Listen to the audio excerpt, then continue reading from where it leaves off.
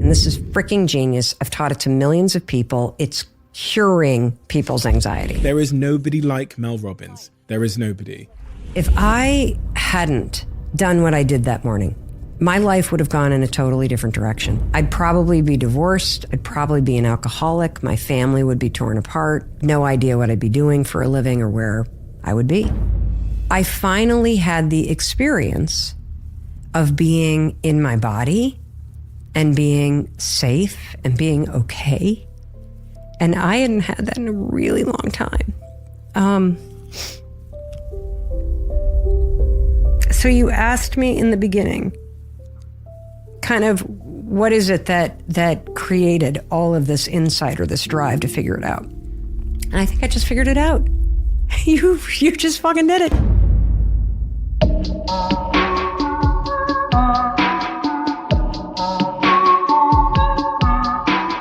They call her the female Tony Robbins, but she's so much more than that.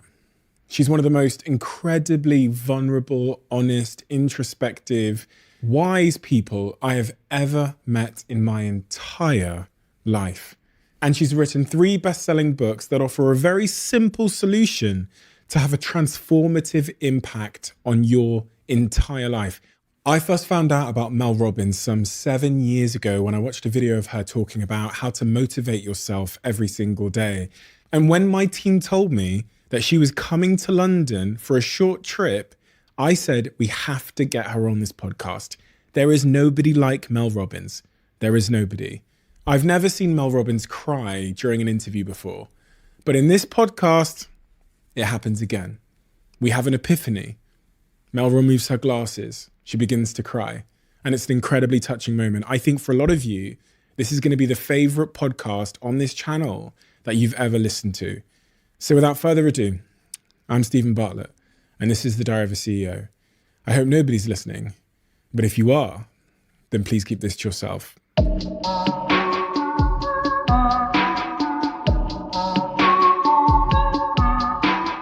Before we started recording, I said a lot of nice things about you just a few seconds ago. And I talked about how sort of introspective you are, how much you've achieved, your remarkable ability to speak about ideas and things you've discovered in yourself. You really are a standout individual. And so whenever I meet someone that I consider to be a really standout individual, it always begs the question to me, having a small background in like childhood psychology, what is it? What was the cauldron in which Mel was sculpted that made you the person you are today at the very start of your life? I guess that I'm trying to think about, like, there's no defining moment, because I had great parents who did the best that they could with what they were handed in terms of their own childhoods and patterns and thinking. And I grew up in a tiny little town where nothing really happened. But one thing did happen, and that was in the 4th grade. I was at a family kind of ski trip thing, and in the middle of the night, I woke up and one of the kids was on top of me. And yeah, like on top of me, molesting me. We're going here like fast. I mean, you asked like what was the thing, and this was like the first thing that popped into mind. And it was interesting because I didn't remember the experience for a very long time. I did not remember that this had happened until I was in my late 20s. And if you look at the spectrum of what can happen to somebody in terms of sexual abuse, which unfortunately is very common experience for people, this was a very mild experience. Like, it wasn't anybody that I knew. It was a one-off. It was another kid. So clearly something was happening to this kid in their life. It wasn't scary. It was confusing. But I was awoken from a state of sleep. And I immediately felt and knew that something was wrong. And it's my first experience in my life of what psychologists call disassociating. I literally left my body and I rolled over, and I don't even remember how it ended because I wasn't in my body to be there. And the very next morning, I'll never forget this. I hid underneath the sheets because it was a big bunk room and all the kids left to go downstairs to get ready to go skiing. And I remember waiting until I thought it was quiet. I threw the comforter off. I went down these steep stairs. I turned the corner and there was my mom. And she was cooking breakfast with some of the other moms. And she turned around and she said, "How'd you sleep?" And I immediately, Stephen, wanted to tell her. And out of the corner of my eye, I saw the kid. And in that moment, split second child brain, I froze. And as much as I wanted to tell my mom, and I knew exactly what she'd do. I mean, she grew up on a farm. She had a spatula in her hand. She would have hit that kid into next week. But I didn't know what the kid was going to do. And in that moment, I lied. And I said, "Fine." And the day went on and nothing happened. And I believe whether it is a 30-year-long struggle with anxiety or a tendency to disassociate or the fact that I was chronically lying when I was younger, in any moment when I felt uncertain, I had no idea how that singular moment set me on a course that would last decades before I realized that all of these patterns of behavior that I was struggling with, I didn't know why I lied. I didn't know why I felt so uncomfortable if I couldn't predict somebody's reaction. I couldn't understand why I would leave my body so many times. I couldn't understand why I had very few memories from my childhood. It wasn't until I started to understand human behavior, the way the brain learns patterns, the way that you need and can break patterns and replace patterns and learn new patterns, that I began this journey that I've been on for the past 10 years of understanding my own breakdowns, my own heartaches, my own struggles, and sharing what I'm learning with anybody who will listen. How's that for an answer? Yeah. Did you ever tell anybody? When did you first tell someone about that incident? Well, I never told anybody because it's like I forgot about it in that moment.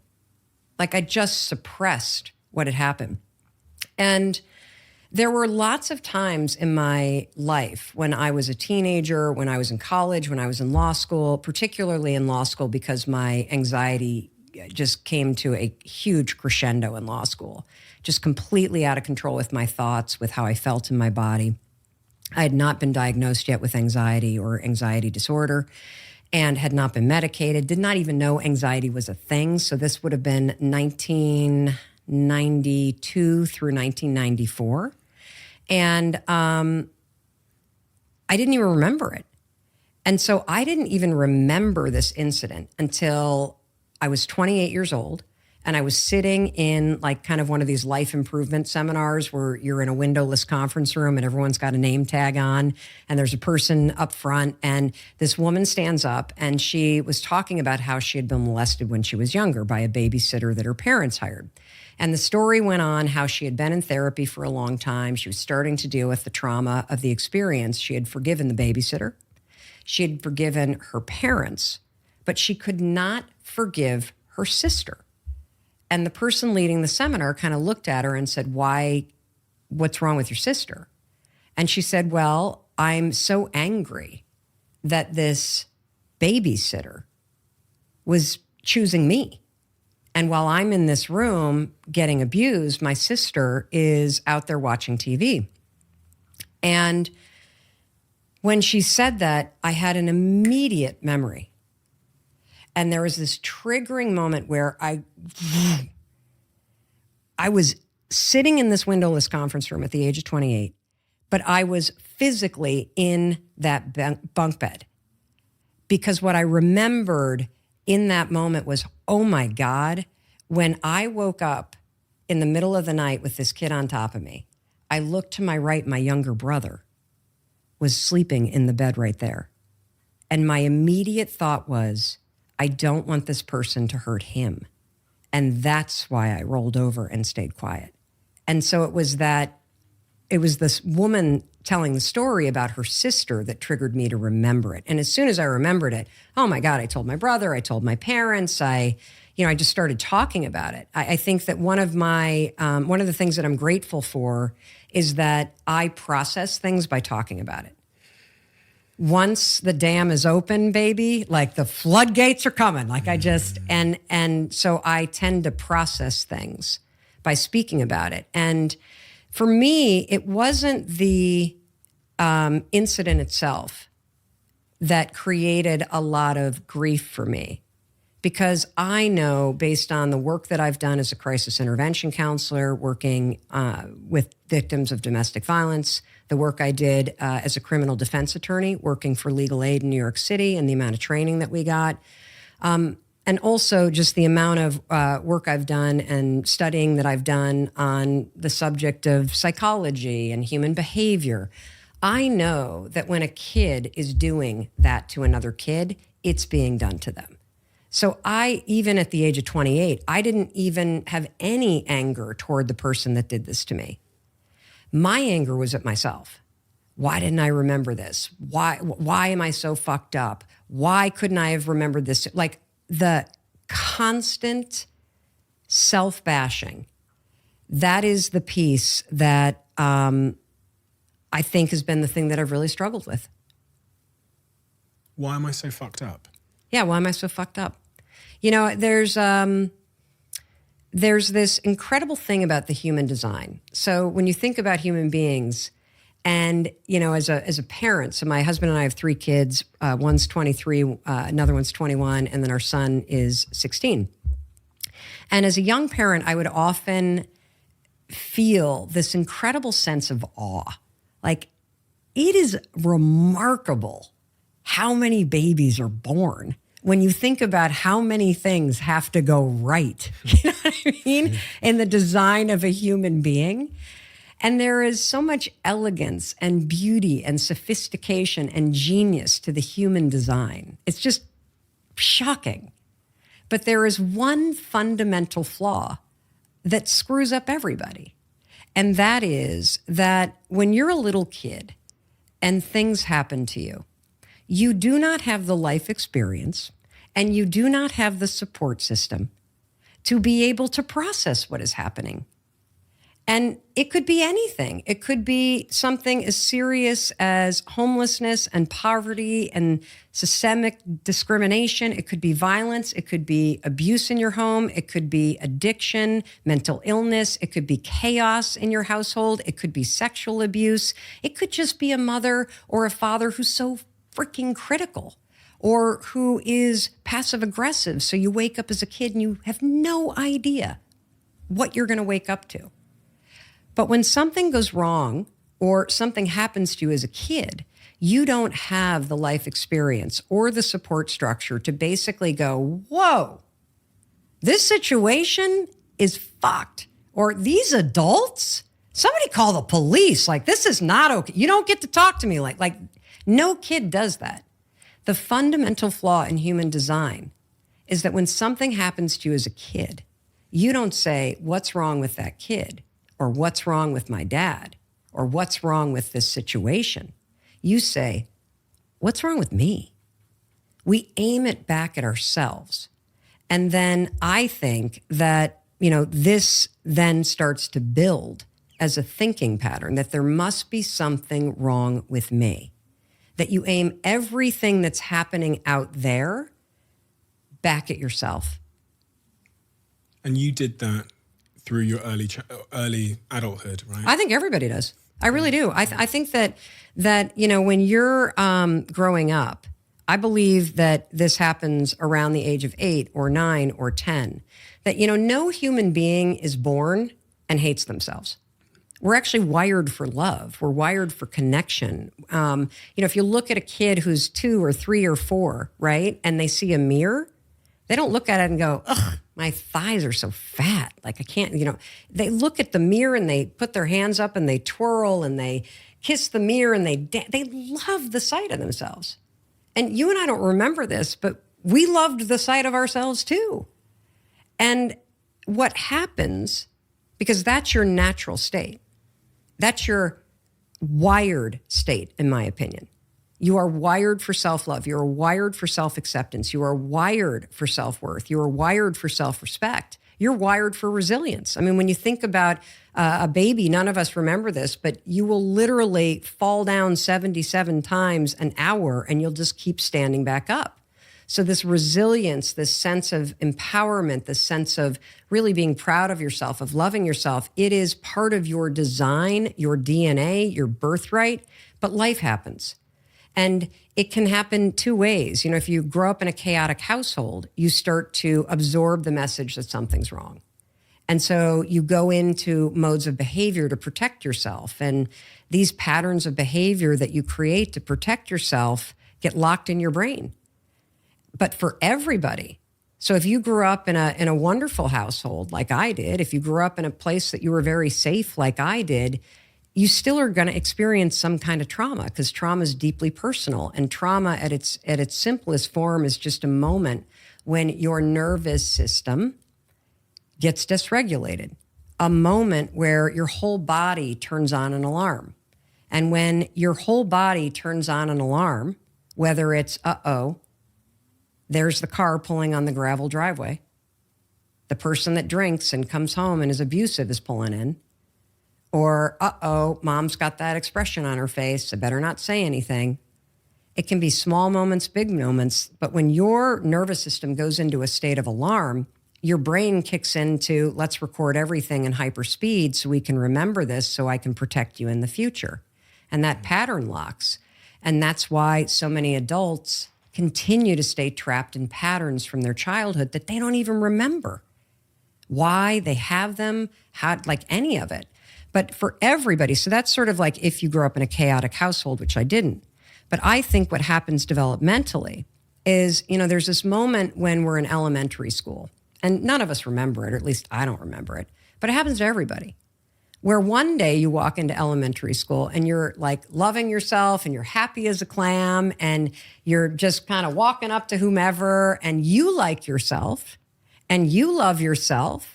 So you'll go up to anybody. You'll sit with anybody in the cafeteria. And then I don't know what the hell happens, but the next day you walk into that cafeteria, you got your little hands on your tray, and you start scanning the room for where you're going to sit.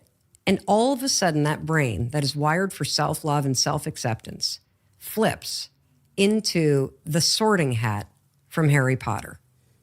And you all of a sudden see the world in the places that you belong and the places that you don't. And that's how it begins. And your mind starts to tell you, you can't go there, you don't look like those kids, those are the sports kids, they're gonna, as a way to protect you. But the message that you start to get from your own brain or from society at large or from what's going on in your household is that who you are is not okay. When I was reading about your story, we're talking about education there and schools, it seemed that you were quite, I don't know, disorientated in college. When you went to college and you were struggling to figure out who you are, and that resulted in quite significant procrastination and... Oh my God. Yes. So I'm very open about the fact that I struggled with anxiety for a long time. Yeah. And what's interesting about anxiety is that, I'm now talking to you from the perspective of being 53 years old. I was like really fucked up. And by fucked up, I mean, not that I was like stealing cars or breaking laws or doing anything like that, but I was not comfortable in my own body. And the way that I would describe it is, I think from that moment, literally, that moment in fourth grade that I just shared with you, it makes me really sad to think about the fact that I was just a fourth grader that had had a traumatic experience. I didn't know, but my nervous system remembered. And so anytime I went to bed, I woke up the next morning with the sensation in my body that something was wrong. And any pattern of behavior or thinking that you start to repeat becomes a habit. Habits are just patterns. That's all that they are. And so I had a life experience because of one incident where I would wake up every single morning and feel like something was wrong and I couldn't put my finger on it. And the more that you wake up and think something's wrong, the more your brain is going to find reasons why something might be wrong. And so I developed this sort of chronic state of feeling on alert, feeling this sense that I got to be aware. Fight or flight. Yes, yes. My, in clinical terms, my sympathetic nervous system got switched on and I had no idea how to turn it off. And if you don't know how to calm your nervous system down, to flip off the sympathetic nervous system and flip on the parasympathetic nervous system, which is your calm, grounded, resting nervous system, you will forever struggle with focus, with being present, with the ability to think clearly and make good decisions. You will constantly talk about the fact that you feel anxious, and that comes from your nervous system always being on edge and being in fight or flight. I didn't know any of this. I was just a nervous kid with a nervous stomach. Every camp that I went to, I got sent home because I was too homesick. Oh, yeah. You know how homesick you have to be for trained counselors to actually call your parents and go, we got a problem here. She can't stay here. Like, she is out of her mind. When you say out of your mind, what are the physical symptoms or verbal symptoms of that? Oh my gosh. Complete disassociation. So I would be at camp, like literally 6th grade camp. So at the end of 6th grade year, and I feel bad for little Mel Robbins. I feel bad for her because, here's this experience, 6th grade camp, where the entire school for 4 nights goes away to a camp, just the 6th grade. It's supposed to be the culmination of your 6th grade year. And I am so freaked out that something bad is going to happen, that I, of course, escalate things in my own mind. I don't even feel like I'm at camp. I feel like I'm walking on a movie set. I don't feel like I'm on Earth. I feel like I'm on a spaceship somewhere looking down all the time.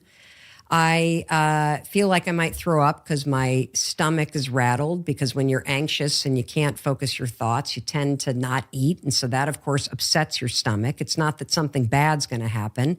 It's that you're screwing up the chemistry in your stomach by not eating because you're so nervous, which only makes it worse. And as your mind is scrambling, thinking something bad is going to happen, and then your stomach is hurting, then you start to think, oh my God, I'm going to throw up. And then you start to think, well, if I throw up, something bad's going to happen. And then the kids are going to laugh. And like, it just becomes this spiral train wreck. And that is the state that I lived in. And so, you learn how to cope. It becomes your new normal. But that was basically my life, constantly feeling like something bad was going to happen, constantly feeling like I wasn't really present, constantly lying or fibbing about how I felt or what I was thinking because I didn't want people to judge me. I mean, it's awful. And then you come through college and you've got to make that choice in life as to which direction you're going to go in. It seems quite... Choice. I love the choice, yeah. Yeah, well, how would you define it? Panic. Panic, yeah. Yeah, because I didn't know what I wanted to do. Yeah. Because I had only ever lived in survival mode. So did you not take a pause to decide to sort of listen Take a pause? who you were and what your calling was? And Take a pause. When you have anxiety, your whole mode of living is, if I'm on the move, no one can catch me. If I am on the run, I'm safe. And so what's interesting is that I think the only time in my life that I have actually slowed down was during the pandemic. Does that sound familiar? Yeah, of course. Yeah. You had no choice. Yeah.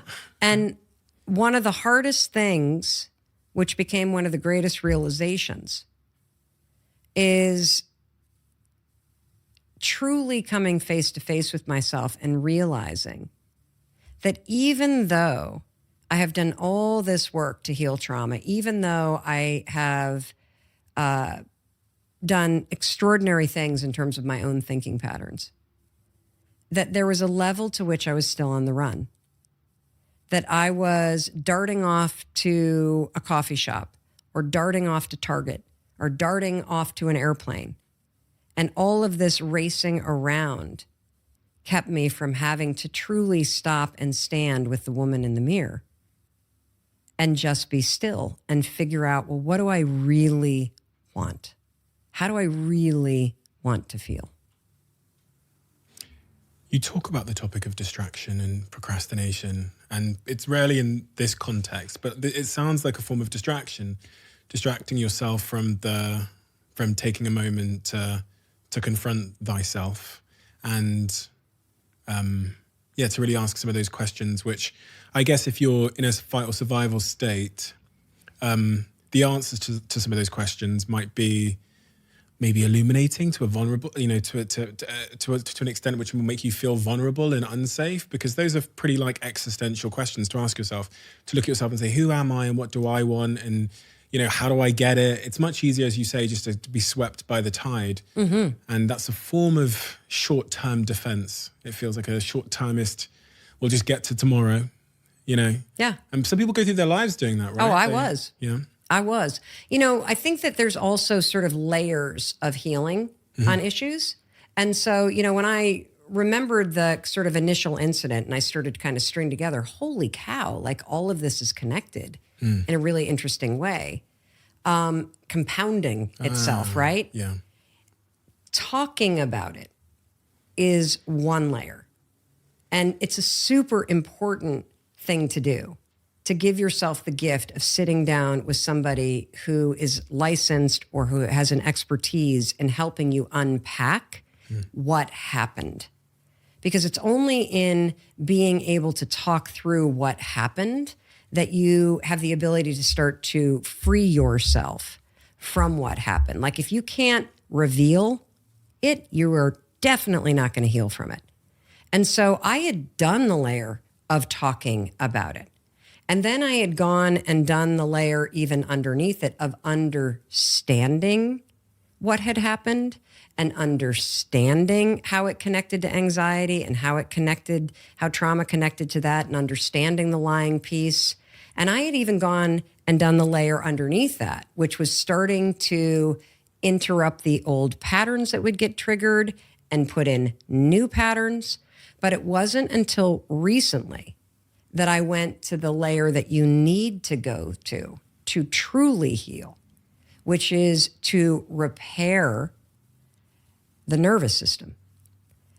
And, what is interesting to me about kind of even the whole journey is that, I've had layer after layer after layer. For me, talking about it was very freeing. And, people always say to me, oh my God, you're so relatable. Like we open up, boom, right out of the gate. I tell you something that normally somebody reveals like an hour in. It's because I have a level of freedom around it. And I also know it's a shared experience that so many people can relate to on some level.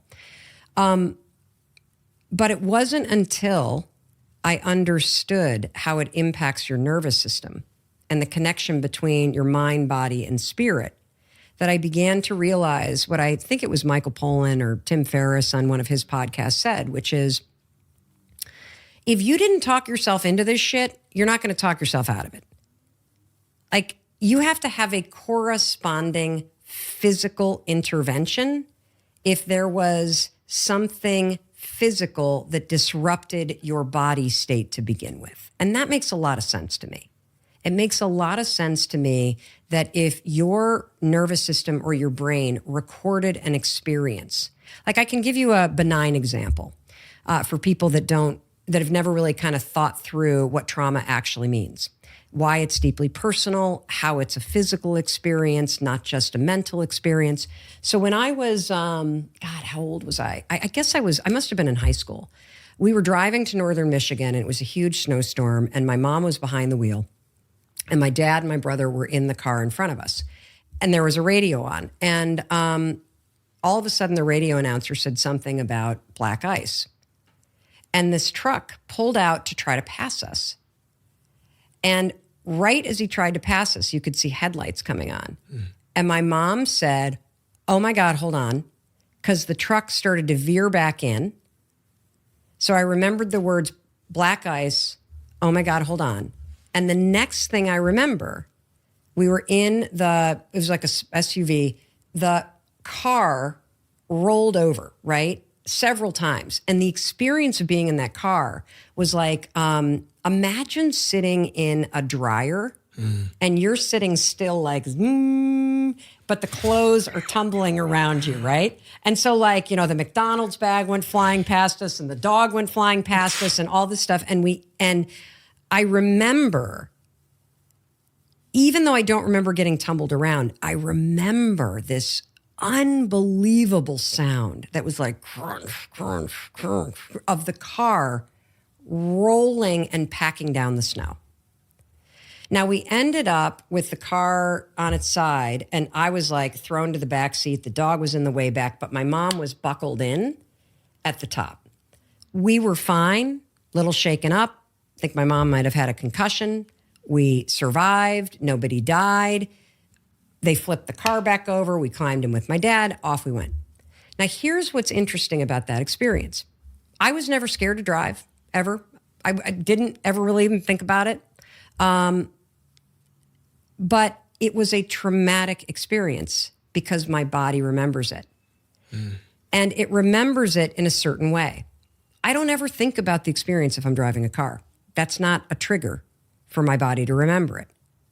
But if I walk to my mailbox in Boston, Massachusetts, after a freshly fallen snow, and I step on the snow and it goes,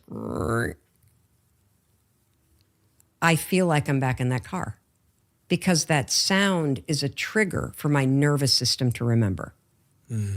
Now, that sound of me stepping on freshly fallen snow, my mom does that all day long in Michigan and doesn't think about the accident.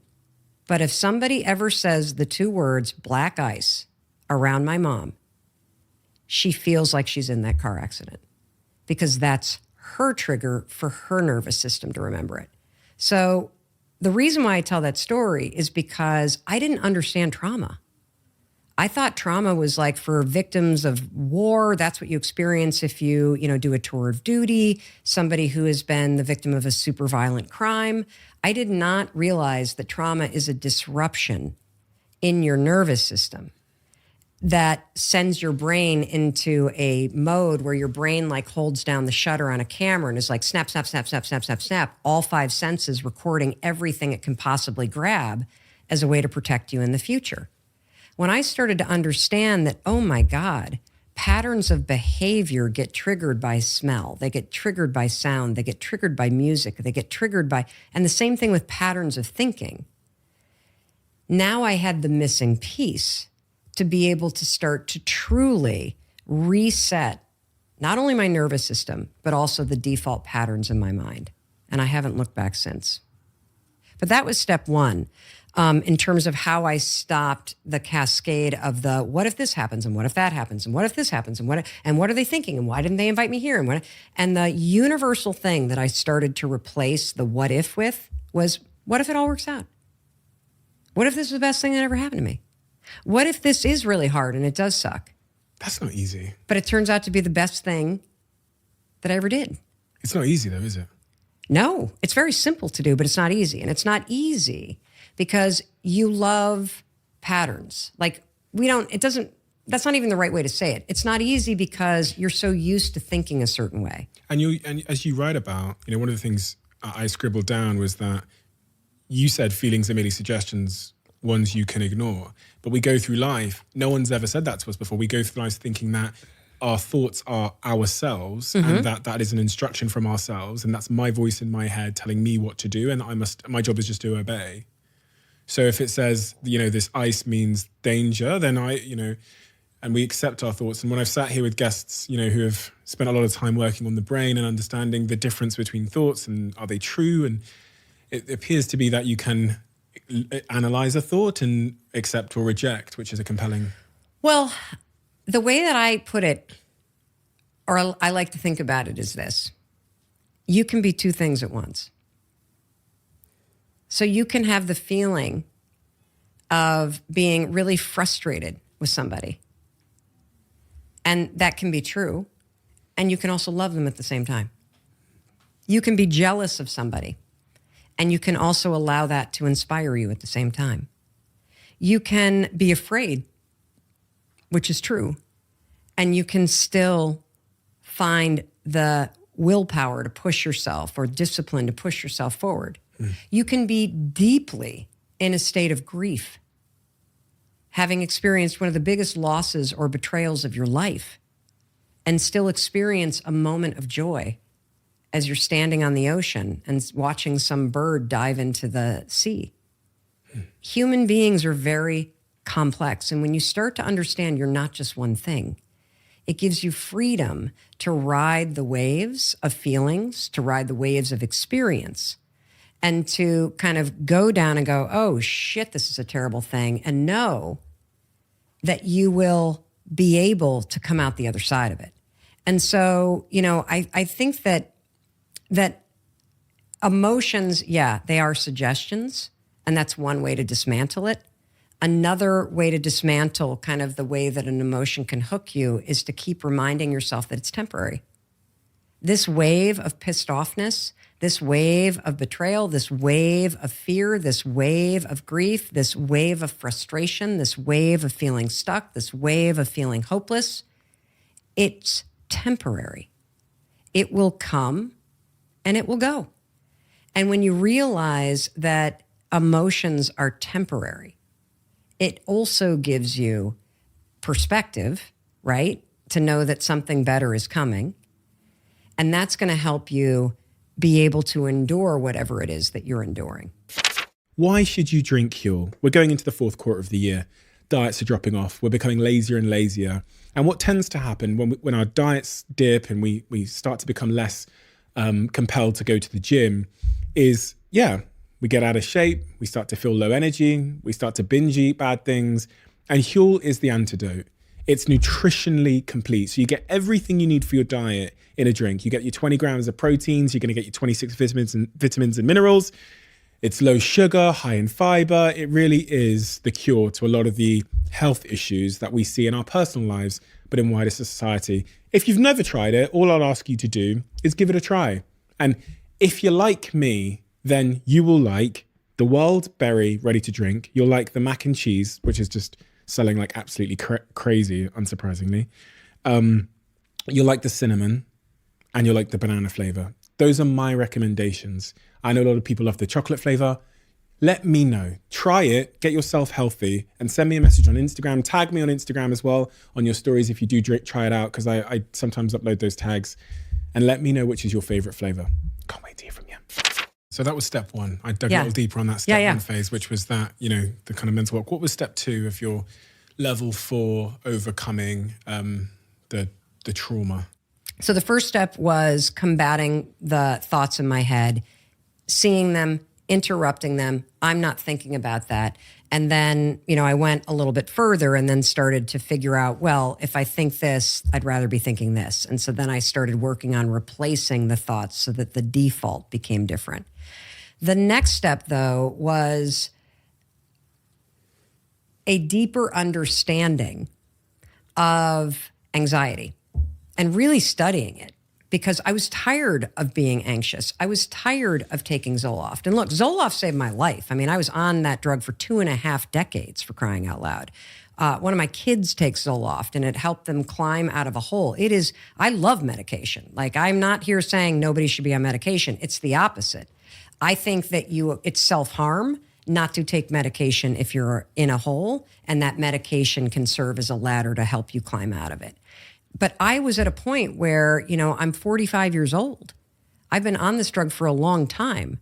I've been out teaching the 5-second rule. I'm interrupting thoughts. I'm starting to feel like, wow, I actually have the ability to not think what I have always thought. I actually have the ability to shut that worry down. And so as I started to understand what anxiety really is, so anxiety is a really important thing. Anxiety is an alarm system in your body.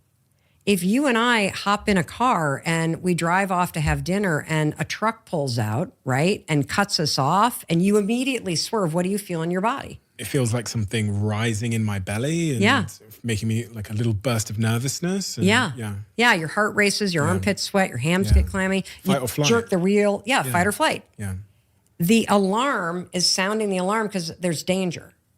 Well, what happens the second the truck pulls away in your body? Well, it should go back to a calm state, Yeah. and my respiratory system should start to function as normal. My dietary tract should start to engage. We should start burning the carbs again in my belly. Yeah, and exactly. things should go back to normal. That's exactly. From a biological perspective. Yeah. Yes, exactly. And the reason why that happens is because your mind has the vision of the truck pulling away. So your mind tells your body threat is over. For a person that experiences anxiety over and over and over, like at their default state, what's happened is you're standing in your kitchen and all of a sudden you feel that tidal wave that you and I felt when the truck pulled into our lane, but there's no threat. And so as the rush hits your body, your mind starts scrambling, looking for what in the kitchen is threatening me, and there's nothing there. And since you know the science of the body, all the blood, when you go into fight or flight, goes to your major organs, it leaves your digestive tract, your stomach starts to gurgle. Most people think butterflies means they're fucked. No, butterflies just means the blood left your stomach to go to your heart, and now your digestive chemistry has changed. That's all that's happening. It doesn't mean you're about to die, but we misread it because we don't understand it. And so then once you go, oh, I'm fucked, my stomach hurts, and now now your mind escalates it, and your mind starts freaking out. And when your mind starts freaking out, then your body freaks out more, and that's when the grand panic attack happens, which is an emergency brake. It's designed to get you to stop thinking and to just remove yourself. And if you've ever seen somebody have a panic attack, they dart around a room, they can't breathe, and they feel like they've got to leave whatever situation they're in. This is how your body's designed to get you out of emergencies. The problem with somebody who gets a dysregulated nervous system is you feel like a truck's about to pull in your lane all the time, but your brain can't understand why you feel that way because there is no truck. Your body just got stuck there. And so when I started to understand that, I found this really interesting piece of research from Harvard Medical School called Reframing Performance Anxiety, where researchers wanted to know, since, people really screw up tests when they get nervous, right? You get nervous about a test and then you can't focus, and so you blow it because you've got performance anxiety, or athletes that really blow it when they get nervous before a game. Well, medically speaking, there is no physiological difference in your body state, physiologically speaking, between being nervous and being excited. Zero difference. So exactly what you talked about when the truck pulled into the lane, in the example that I gave, that experience that made you feel nervous, when you feel excited, the same thing happens. Your heart races, the blood leaves your digestive tract and goes up to your major organs.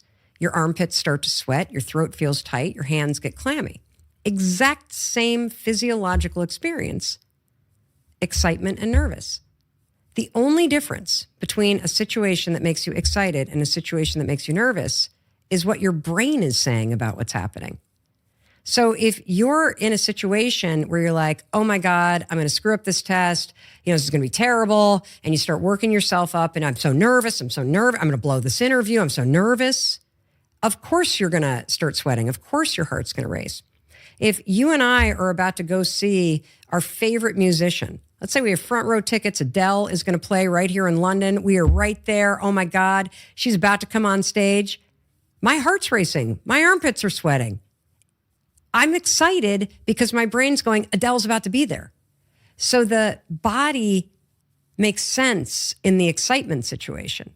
So the researchers at Harvard wanted to know, well, given that physiologically it's the exact same experience, is it possible to trick the brain in a moment when you're nervous and make your brain think you're excited? And if you did trick your brain in a moment when you were nervous to believe that you were actually excited, would it impact your ability to perform? And the answer is yes, you can trick your brain in a situation where you're nervous to believe that you're actually excited. And yes, it profoundly impacts your ability to perform.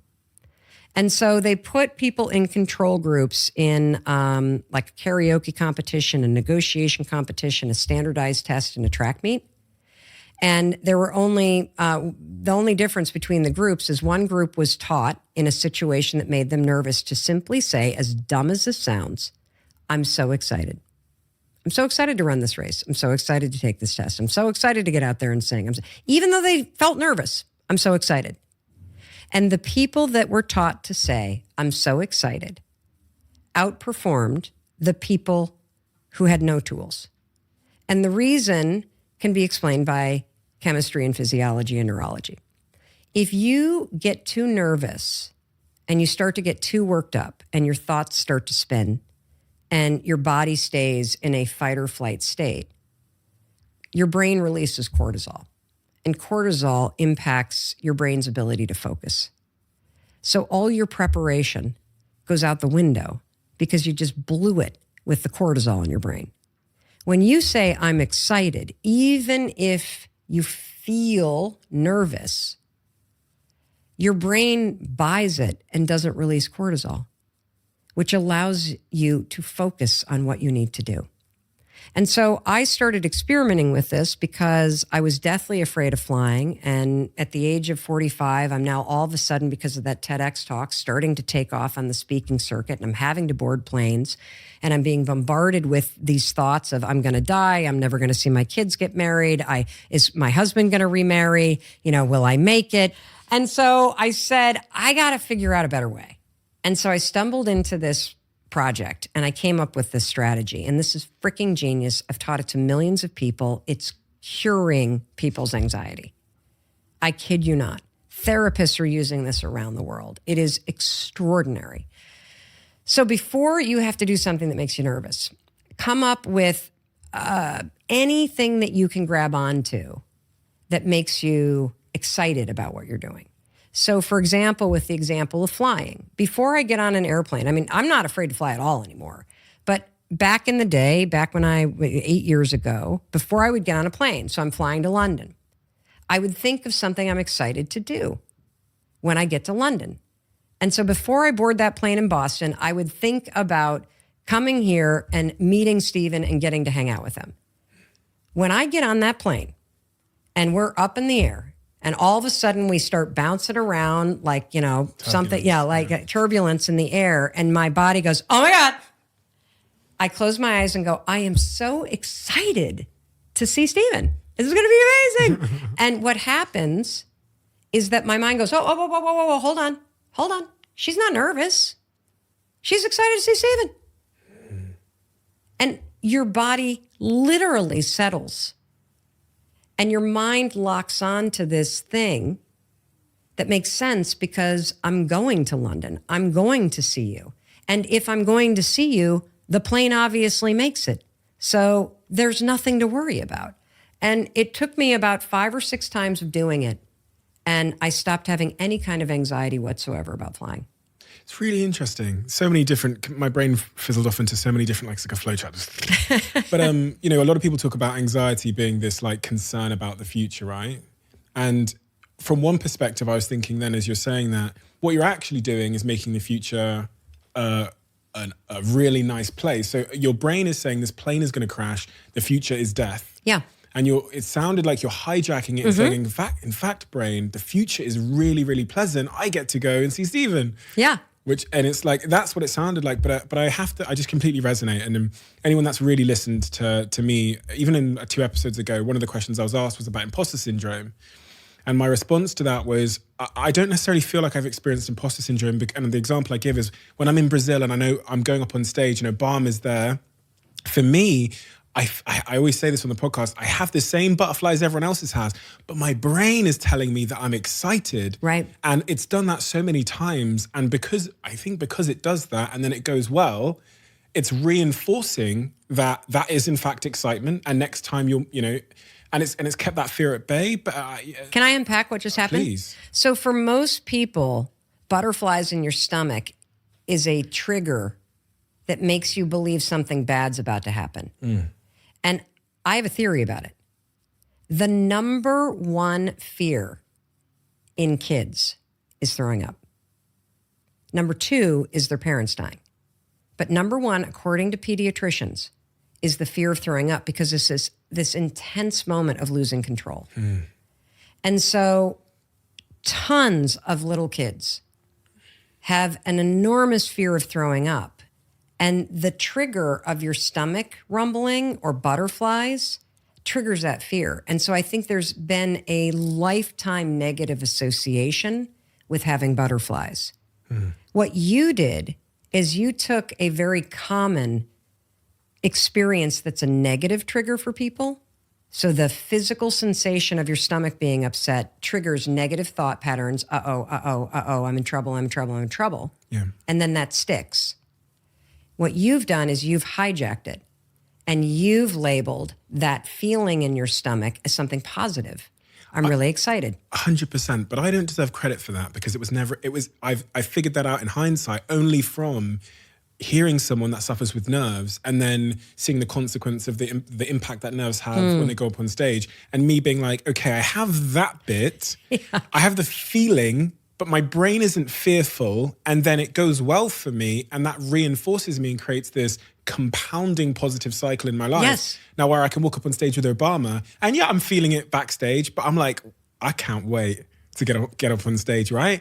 And this kind of speaks to confidence, all of these things, because once you get stuck in that negative reinforcing downward cycle, and I tell you, the downward cycle goes much faster than the upward cycle. Like one incident can make that confidence drop, and then it's hard to get out of. It's hard to get out of, and I guess hijacking it in the way you've described is a definite solution. Well, you know what I just got really excited about is that let's go back to the fact that your brain learns patterns. And even though you may feel stuck, even though you may feel hopeless, you're not broken. You have patterns of thinking and patterns of behavior that are broken for where you are and where you want to go in life. And what's super exciting is that when you start to think about changing your life through the lens of just looking for patterns, breaking them and replacing them, it becomes less personal. And I believe, especially after what I've experienced with the high five habit, that, there's a lot of research in habits, obviously, about how long it takes a new habit to stick. And it's anywhere from, according to a lot of people, 21 days to 63 days, depending upon what you're looking at in terms of the mind, body, spirit. I personally have a theory that if you don't like the new habit, you're never going to make it stick. Like, I don't like getting out of bed in the morning. I've been using the 5-second rule, 5, 4, 3, 2, 1 for 13 years. Can we talk about that? I feel like we brushed over that a little bit. Yeah. So this 5-second rule, you released the book, I think 2017, called The 5-Second Rule. And it's all about, well, you tell me what it's about, where it came from. I know there was a rocket. You're watching a rocket on TV.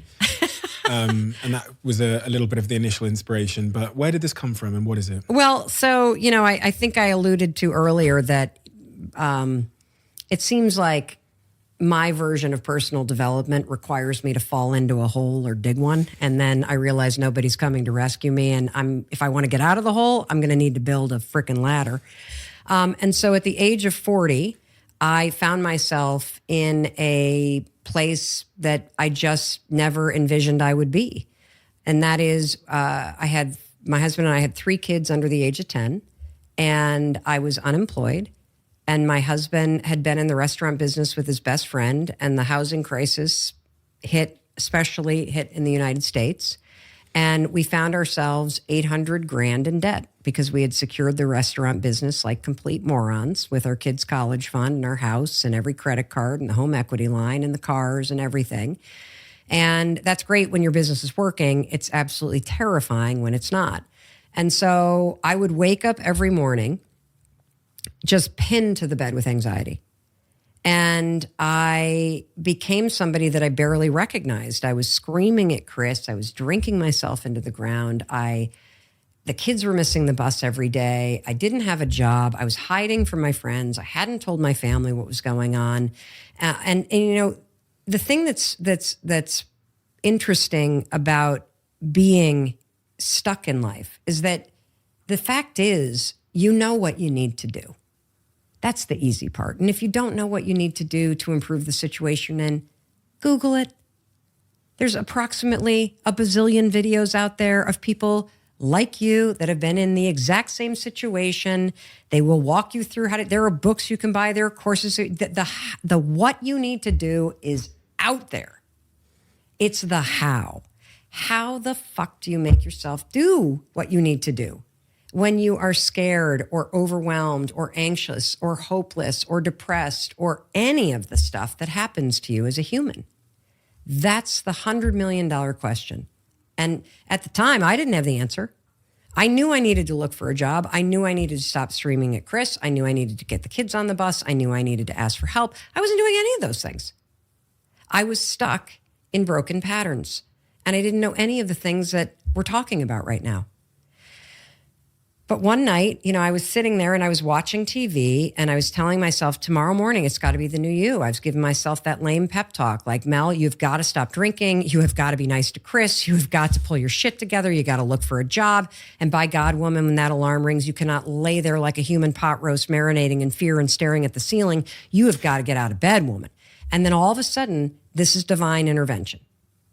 The rocket ship launches across a television screen, Stephen, and I say, that's it. That's it. Tomorrow morning, when the alarm goes off, Mel Robbins, you're going to launch yourself out of bed like a rocket ship. You're going to move so fast, you're not going to be in that bed when that anxiety hits. Now, it was either God or bourbon. One of those two things gave me the idea because it sounds dumb. Okay, Mel, you're going to beat anxiety by moving fast. That sounds great. Well, the very next morning, it was a Tuesday in February outside of Boston, Massachusetts in 2008. The alarm went off. And I think a lot about this moment because if I hadn't done what I did that morning, my life would have gone in a totally different direction. I'd probably be divorced. I'd probably be an alcoholic. My family would be torn apart. No idea what I'd be doing for a living or where I would be. And I profoundly believe that you are one decision away from a different life. And that happened to me on a February morning in 2008. The alarm rang. And as soon as the alarm rang, I remembered the idea of launching myself out of bed. And then I did what psychologists call a bias toward thinking. And this window opens up when you start to think about what you need to do instead of doing what you need to do. It's this window of hesitation that's about 5 seconds long, a window of hesitation that defines your whole life. Inside this window of hesitation lives anxiety and procrastination and fear and imposter syndrome and overwhelm, all patterns of thinking, all patterns of feeling, all patterns of behavior that get triggered in this 5-second window of thinking about what you need to do. Because it's in the thinking that you go from being present to all the patterns kicking in and the coping mechanisms that you have. And so for whatever reason, I started to think about getting up and all the shit started to come in. I don't feel like it. How's it going to help? I don't want to. For whatever reason, I just started counting backwards. 5, 4, 3, 2, 1. And I stood up. And I used it the next morning and the next morning. And by the third morning, I was kind of freaked out because I'm like, okay, this is working. This is weird. And I said, Mel, I made myself a promise. If at any moment you know what you need to do, but you don't feel like it, just count backwards and let's just see what happens. And so I started using it, Stephen, this little count backwards technique, 5, 4, 3, 2, 1. No idea why it's working, by the way. In any moment, I'd see Chris, I'd want to kill him. 5, 4, 3, 2, 1. All of a sudden, I'm calm. I can speak to him from a more supportive place. Kids are irritating. 5, 4, 3, 2, 1. Take a breath. And now I can be the mom that I know I want to be. 5, 4, 3, 2, 1. I'm going out the door to exercise. 5, 4, 3, 2, 1. I'm picking up the phone and I'm networking. 5, 4, 3, 2, 1. I'm picking up the phone and calling my parents and asking for help. And slowly but surely, one decision at a time, using the 5-second rule. And the 5-second rule is very simple. The moment you have an instinct to move, you got to do it within 5 seconds or your brain will kill it. And counting backwards is critical. I now know why it works. When you count backwards, 5, 4, 3, 2, 1, you interrupt habit loops stored in your basal ganglia. And the counting backwards requires focus, so it awakens this sucker right here, your prefrontal cortex. It's referred to as a starting ritual in habit research, a cheat code for your brain. And basically, I used it in secret for 3 years because, I mean, what am I going to do? Tell people you can count to 5 and you change your life? I mean, it sounds ridiculous. Plus, I was just trying to survive. I'm trying to find a job and save my marriage and help my husband and make sure my kids are okay and start to pay our bills and make the ends meet. And that's what I was doing. And one thing led to another, and word got out about it, and people started to write to me about it. And it has now gone on to change the lives of millions of people. We know of 111 people who have stopped themselves from attempting suicide by counting backwards, 5, 4, 3, 2, 1.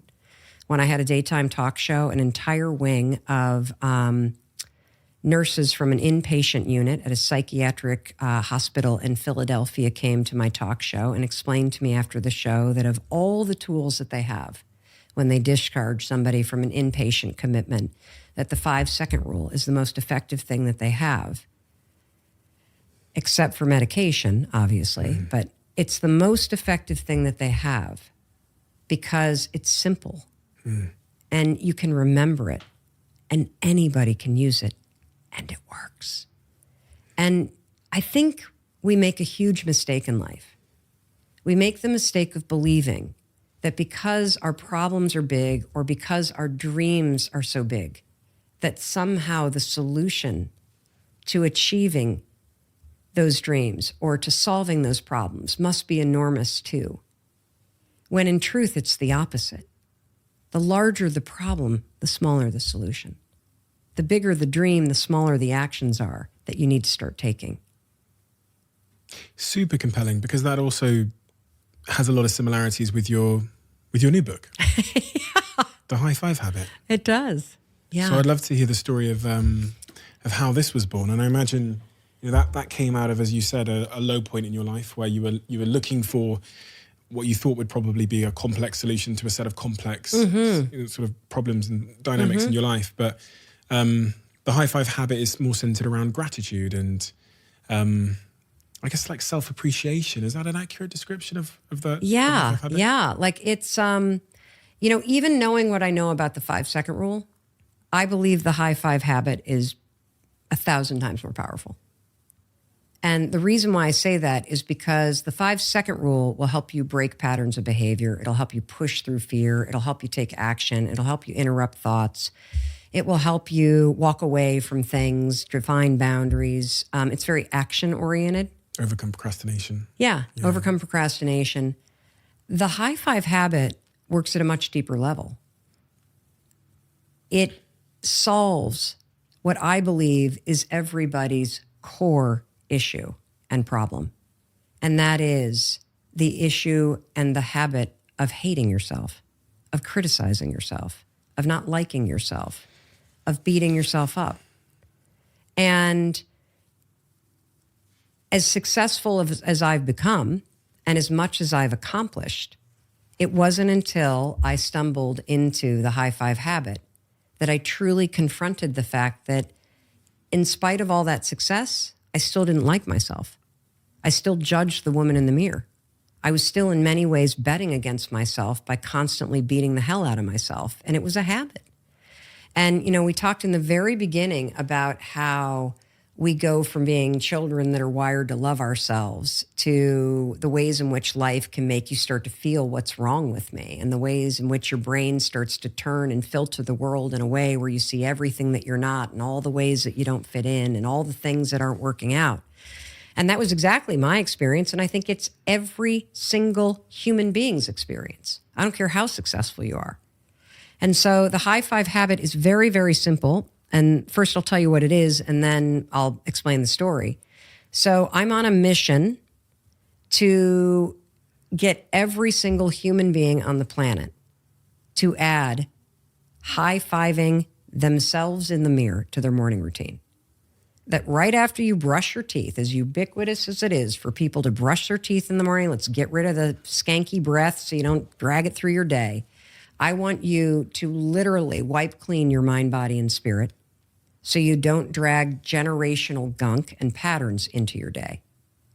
And it's that simple. Put down the toothbrush, look at yourself in the mirror, raise your hand and send yourself into your day, knowing that you have your own back, knowing that no matter what happens today, you will be here, there to support you and encourage you, no matter what, because you haven't been.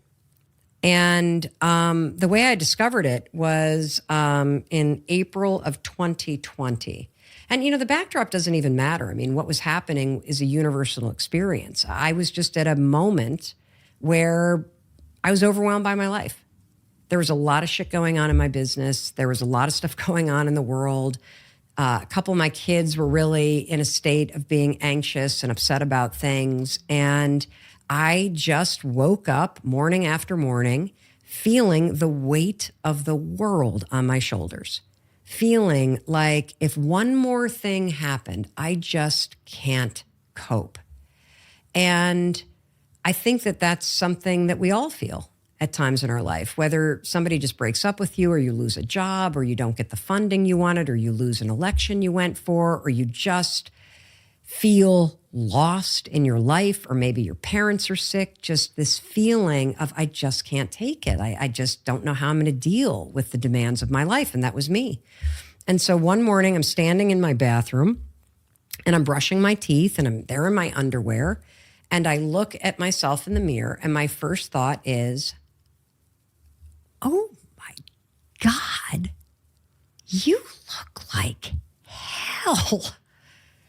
And then I immediately, out of habit, start picking my appearance apart. I mean, look at the dark circles in your gray hair and your saggy neck. And God, one boob is lower than the other. You look like shit, Mel. And the second your mind goes negative, you already alluded to this. It's like, more negative thoughts climb on. And so then I drift into my day. And it's not like, yes, it's like, why did I get up so late? And you got a Zoom call in 8 minutes. I'm like, God, I haven't even walked the dog yet. And, oh, I forgot to text Steven back. And just the beatdown begins. And I believe that my experience that morning is everybody's experience. And I know based on research that it is. That we talk a big game about gratitude and meditation and morning routines, but we've skipped this one thing that's happening in everybody's morning routine, and it's a habit of self-rejection, of self-criticism. And every human being has it, I kid you not. And standing there that morning, overwhelmed by life, giving myself the morning just kind of beat down and, negativity, I couldn't think of anything to say to myself. And I wouldn't have believed it anyway, because I felt overwhelmed. And as pathetic as it sounds, I don't know what came over me. But for whatever reason, again, I think it was probably divine intervention. I just, dog at my feet, underwear on, no bra. I just raised my hand and I gave the woman in the mirror a high five because she looked like she needed one. That very first one, a couple things happened.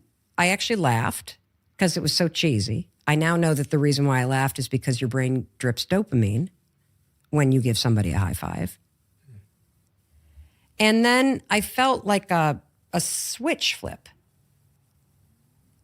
And it wasn't like I was like, yes, but I just felt myself go from this very low state. I didn't even think any words, but energetically, I felt myself go from feeling defeated to sort of a like, come on now. You got a roof over your head. It's not that bad. Get your ass out. Like it was kind of like that kind of tough coach kind of mustering of an energy. But Steven, it was the second morning when everything broke wide open. So I wake up, same problem, same kind of energetic, depleted overwhelm. 5, 4, 3, 2, 1, I get out of bed. I make my bed. And as I'm walking to the bathroom, I'm not even to the bathroom yet. And then it freaking hits me. I realize I'm experiencing something I've never felt in my entire adult life. And what I'm experiencing is this. When you go and you're about to meet somebody at a cafe that you really love and you're about to walk in the door, what are you feeling? Excitement, positive anticipation. Yeah. Yeah. I felt that about seeing myself. Now, I've felt excited to see an outfit or a haircut. I don't ever recall as an adult feeling excited to see the human being, Mel Robbins. Why were you excited? I was excited because the experience of high-fiving yourself is more than a gesture. It creates partnership, and there's a sense that you're returning home. The same way that a neighbor waves to you and sees you, I knew that I would have that experience with myself as soon as I rounded the corner and walked into that bathroom. Because what I realized that second morning as I rounded the corner and walked into the bathroom is that there's actually two human beings in the bathroom every morning. There's you, and there's a human being in the mirror. And that human being is trying, and they've been there a long time, and they've been waiting for you to wake up and to see them. They're tired of your constant negativity. They're tired of you beating them down. They need you to be more encouraging. They need you to be more celebratory. They need your support. And when you finally wake up and create a moment with yourself every single morning where you look yourself in the eye and you see yourself and you forgive yourself and you honor yourself and you say, I believe with this gesture in you, it is this remarkably deep and spiritual feeling of connection that you've been longing for a very long time. And so that second morning, I'm realizing, holy cow, it's like this it's sort of like when you first realize that the voice in your head isn't you and you have this whole paradigm shift. When you allow yourself to understand the depth of what I'm trying to teach you, there will be a paradigm shift that will fundamentally change how you live your life. The hardest part is looking at yourself. 50% of men and women cannot or will not look at themselves in the mirror because they are either disgusted or disappointed with where they are in life. And if you cannot look at yourself in the mirror, that is an act of self-rejection. That is an act of self-criticism. That is an act of self-hatred. That's not just a casual thing you're doing. The rest of us that can look at ourselves, what we do when we look at ourselves is we focus on the things we need to fix. For most women, putting on makeup is not additive. It's not a creative expression. It's covering something up that you don't like. It's changing something that you think is wrong. That action, that intention behind it is self-rejection. It is self-criticism. It is self-hatred. And for so many men, if it's not about your appearance, it's about where you are in life, what you've provided, how much you've made, what car you drive, where you stand in your career, what you've built, what you haven't, the mistakes that you've made. So you stand in judgment. And what is so groundbreaking about the act of being where you are in life, even with all that judgment or that weight or that shame or that regret or whatever it may be that you carry into the bathroom with you based on your life. When you raise your hand to high five the human being you see in the mirror, your brain has neural association with that physical action. The physical action in and of itself is a positive trigger for every human being on the planet. Even if you are in a culture where people do not high-five each other. You have seen sports teams do it. You have seen viral videos with it. Your brain knows exactly what a high five is, just like everybody's brain knows exactly what this is. You don't even have to say a word because all of the positive programming is already hardwired into your basal ganglia, and the physical action alone triggers it. You know, you've never high-fived somebody and thought, I hate you, you suck, you've blown your life, I hope you lose the game, fuck off. You've never, ever done it. It is neurologically impossible to stand in front of the mirror and actually think something negative as your hand is reaching the mirror because your brain's not programmed to do that. So when you high-five somebody, what does the high five communicate? Well done, acceptance, congratulations, you did it, you can do it, let's do it. Yeah, well done. It's collaboration, it's partnership, it's union. If somebody's going through a challenge, it's shake it off, you got this, keep going. It is so many things, but it's all in belief and celebration and being seen, all of which are your fundamental emotional needs. And so the thing that's super exciting about this is that we're taking programming that is already stored in your mind, body, and spirit, and we're just going to aim it right back at you. And the layers upon layers upon layers of psychological proof, of research, of all kinds of evidence for why this works goes so deep, it's extraordinary. So, for example, the physical action of high-fiving, your brain has always given you a drip of dopamine. That's why you will immediately feel a boost in your mood. It's why a lot of people laugh. The other thing that happens is you are also tapping into wiring in your nervous system that's celebratory. So when you cross a finish line, for example, or when your favorite team scores, what do you instinctively do? Celebrate. Yeah, you raise your arms. Shout surprise, you raise your arms. When you say hello, you raise your arms. When you go to high five somebody, you raise your arms. So even on your lowest morning, when you go to raise your arm to high five yourself, your nervous system taps into that celebratory energy that we all so desperately need in life. The other thing that happens that I love about this is you don't need to say a word, because for many people who feel extraordinarily stuck and beaten down and full of shame or regret, you wouldn't believe any positive mantras anyway, because you've got so much evidence for why you're a screw up, why things aren't working. But when you go to raise your hand, the gesture does all the communicating. And it also taps into behavioral activation therapy, which says, at its most simple form, act like the person you want to become. That's not fake it till you make it, by the way. This is intentional.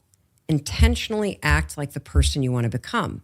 Because when you intentionally act like the person you want to become, your brain sees you taking those actions, so your brain starts to change the way it relates to you. When your brain sees you high-fiving yourself in the mirror, it starts to go, oh, wait a minute. Stephen loves himself. Stephen's cheering for himself. We don't beat Stephen up. Do you see a difference between doing it with yourself and doing it with someone else? Oh, it's night. Well, it's night and day in that you've been cheering for everybody else your whole life. And when somebody else high-fives you, it feels amazing because you're getting affirmed as a human being. It's connection as well. It's connection. Yeah. But I believe you can create that same connection with yourself. And what's happened for me is profound. I mean, I used to look in the mirror and on default, pick myself apart. It was never enough. Didn't matter how many millions of dollars I made. It was never enough. I was no. And I realize now, like so many entrepreneurs, I had married achievement with being worthy of love. That as long as I was achieving something, then I was worthy of love. And that's also why we all tend to chase achievement, because the second that you get the first million in the bank, okay, now I got to do more. Because if you're not doing something, then who are you? And in practicing the high five habit for now more than a year, in researching it for more than a year, in having hundreds of thousands of people go through this thing that we call the high five challenge. We've released it to the public now for 34 days. We've had 136,000 people complete it from 91 countries. Wow. Not a single person, because we're tracking all the data on it, has said it didn't work. Not a single person. We have people writing to us about the breakthroughs they're having with depression, with anxiety, with suicidal ideation, with self-worth, with senses of failure, because It's the physical action and the programming that exists within you that go to work against the patterns that are making you feel so dark and stuck. And that's why this is powerful. And so after a year of doing this, what's amazing is I don't even see my face anymore. I just see a person that I love. You know, being a parent, it's pretty extraordinary. You have this experience when you become a parent or even a pet owner, right? Where you love this thing so much, even when the dog poops on the ground. You're angry, but you don't stop loving the dog. When your kids screw up, you might be annoyed or regret what they did, but you don't stop loving them. But somehow we never figured out how to do that for ourselves. That when we screw up, we stop loving ourselves and we stand in judgment instead. And I think that's why life is hard. I think that's why people don't feel inspired and motivated. You want to fix imposter syndrome and people pleasing? Learn how to stand in front of the mirror, give yourself a high five, demonstrate that you like yourself, demonstrate that you accept yourself. Because if you like yourself, you don't go out in the world and look for other people to like you because you don't need it. It's wonderful if they do, but the fantastic thing is if you actually like yourself, if you just accept where you are, you stop judging yourself, you accept yourself with some compassion. What's extraordinarily powerful about it, Stephen, is that when you go out in the world, if somebody else disrespects you, it doesn't change the fact that you respect yourself. If somebody else doesn't like you or love you, yeah, it stings, it sucks, but it doesn't change the fact that you like or love yourself. That's your first foundation, right? That's your first foundation.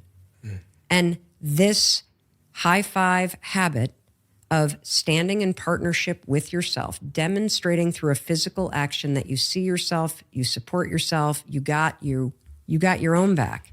You like yourself. You know you deserve to be treated this way. It changes how you show up in life. Quick one. As you probably know by now, I'm trying to make my life a little bit more sustainable, and I consider myself to be on a bit of a sustainability journey in the same way that I'm on a health journey, and it's a privilege to be able to share that with all of you. And you all know, if you've listened to the last podcast, that I traded in my Range Rover Sport in for an electric bicycle, which is now my only vehicle. And next year, hopefully, I'll have my electric car too, if Tesla hurry up with the Cybertruck.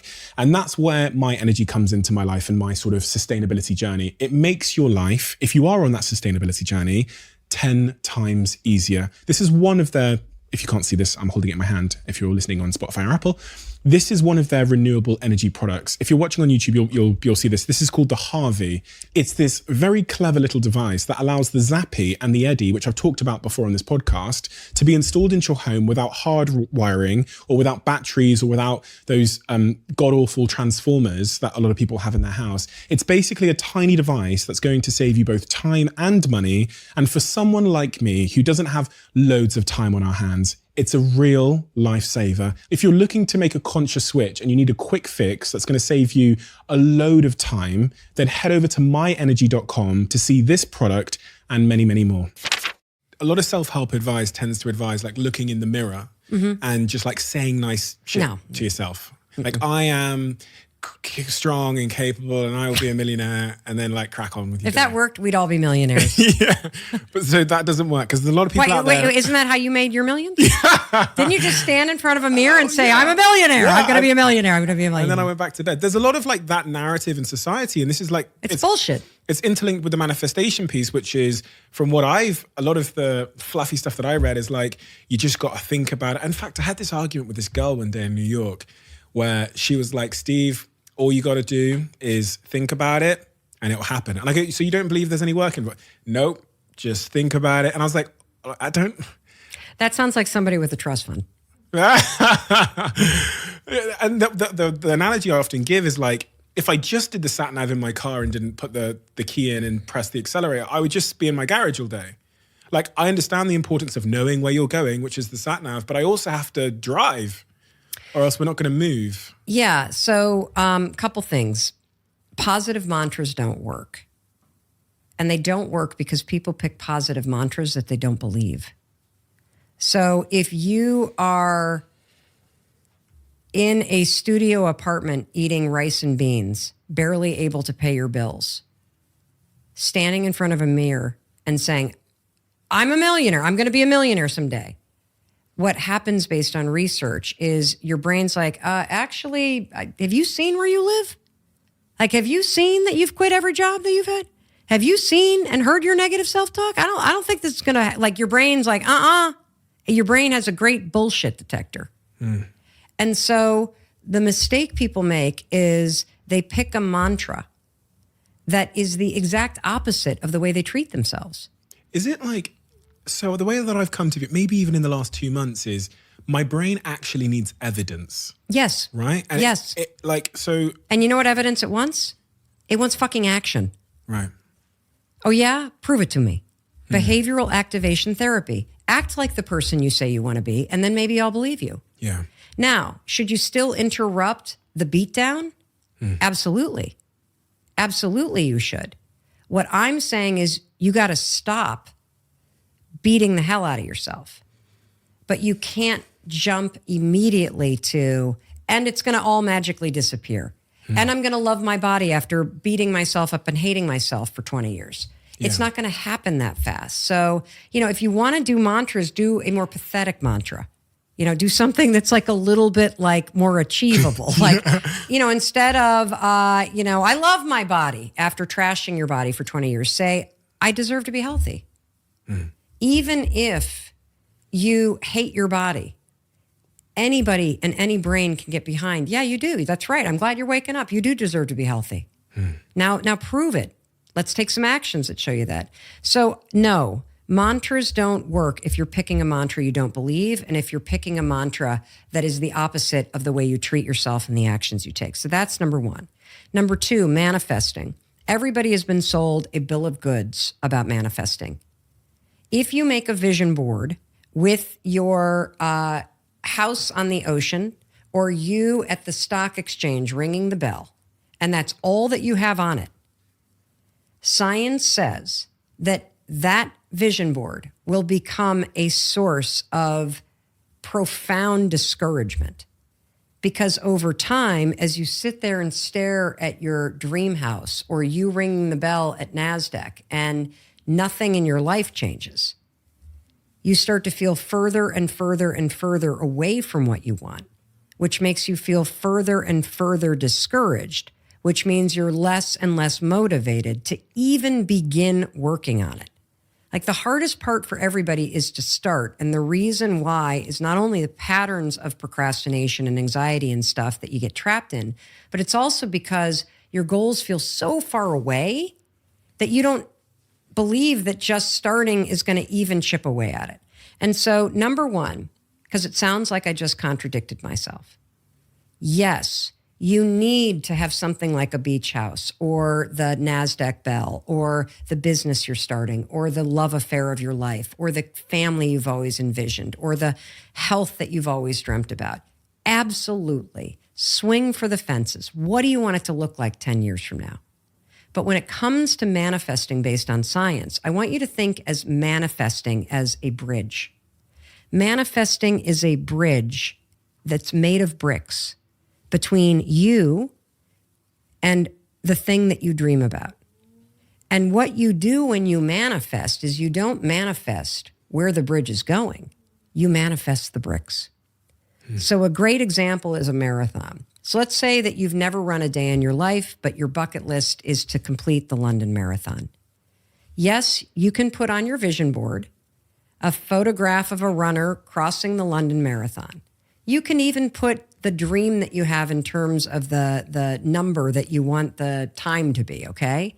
But you better put a runner in the rain up there. You better put an alarm clock that says 4:30 in the morning, because that's what time you're going to have to get up in order to get your training runs in. You better put a runner that's gripping their leg like this when they get a muscle cramp. You better put up, a vision of you at mile 13 and your earbuds run out and you still got 2 more miles to go. Visualization is the bricks. And so what I want you to do when you visualize is, instead of visualizing, the marathon, I I did it. Oh, it's amazing. And then you open up, you're like, okay, and I still have not even bought a pair of sneakers. That's not happening, but that was a fun little exercise. No, what you do is you literally visualize, walk into the store and get sneakers. Call your friend who runs and ask for advice. Oh my God, that's me on my first training run. I've only gone 30 seconds and I'm out of breath. Oh, there I am running 3 miles in the rain, and I feel proud of myself because I've actually gone out in the rain. Oh, there I am saying no to my friends. I can't go out tonight because I didn't get my run in, but I'm going to go on my big run alone. That, like, you visualize the annoying, irritating, amazing things. I'm sure people look at you all the time with your extraordinary success, Stephen, and are like, how'd you do it? How'd you do it? And like, do you know how many things I missed out on? Do you know how many, like the amount of work that nobody wants to do because they're not thinking about it is extraordinary. That's the bridge. Anybody is capable of achieving anything. I actually believe that because I think human beings are designed to change. You're capable of breaking any pattern. You're capable of getting control of your health. You're capable of launching a business. You're capable of making millions of dollars. You're capable of healing your trauma, of finding love, of doing absolutely anything that you put your mind to, as long as you are willing to do the work for it and as long as you give up your timeline. Because I do believe that people who put in the work get rewarded. But you just might not get rewarded when you think you're going to be. And it might not be the reward that you thought you were going to get. Is that the case in your life? It's always the case. And that's why I always have big dreams. Because I have learned time and time and time and time again, especially in entrepreneurial ventures, that you put this huge flag out there. You write the business plan, you set the goals, and then you put your fucking head down and you put in the work. And you ride the wave and you have the disappointments and you spend the late nights and you have the heartbreak and the heartache, and then things change. And then you think, fuck, this didn't work out and I got betrayed and why didn't they recognize me? And damn it, I've worked hard and now I got to start all over. And you have all of that. But if you keep going and you keep going, eventually you will look up one day and be like, holy shit, this is exactly what I was meant to do and what I was meant to discover. Yeah, my business plan said I was supposed to go over here, and I ended up over here because this is what I was supposed to do. But without this business plan, I never would have gotten started. The business plan was but a dot on the map of my life, connecting me to where I'm meant to go. You know, I think one of the most extraordinary things that has happened to me in this past year, especially now that I have this real partnership with myself, where I have a level of trust that through my attitude, through my actions, through a sense of faith, that it's going to turn out. That even when things are really hard, I still believe deep in my core that through my attitude and my actions, it's going to be okay. That I have within me the power to ride the ups and downs and to come out on the other side of it. And, you know, I think that we've all had the experience, Stephen, of being able to look backwards and say, whoa, you know, I wouldn't ever wish the experience that I had back in 4th grade on anybody. But without that experience, I would not be able to help the amount of people that I help. I would not be able to understand trauma as a lived experience and inside and out and at a layer that's so deep because it is an experience that I had in my life. Without 25 years of struggling with anxiety, without having 2 kids that have struggled with anxiety, I would not know what I know about anxiety and be able to help people, including my own children. I would not, without having made mistakes, with my kids and their anxiety, be able to tell parents, do not do this because I did this and it made my kids' anxiety worse and I didn't even know. And so I can see, how everything from, working as a public defender to being a legal commentator from CNN to the number of stages that I've been on to the number of people that I've helped. I can see how all of that comes together to help me do what I need to do in this moment. And I think one of the most powerful things that you can cultivate when you cultivate partnership with yourself is being able every single day to have a level of trust in your life, in the magic of things, in yourself, to know that this moment right now is also a dot on the map of your life. And 5, 10, 20 years from now, you will look back on this moment and you will know exactly why this happened. And why it happened is it was preparing you for something. It was giving you a skill or an experience or some wisdom or a relationship that you're going to need for something extraordinary that's coming. And when you believe that, it gives you the strength to face absolutely anything. When you look back on...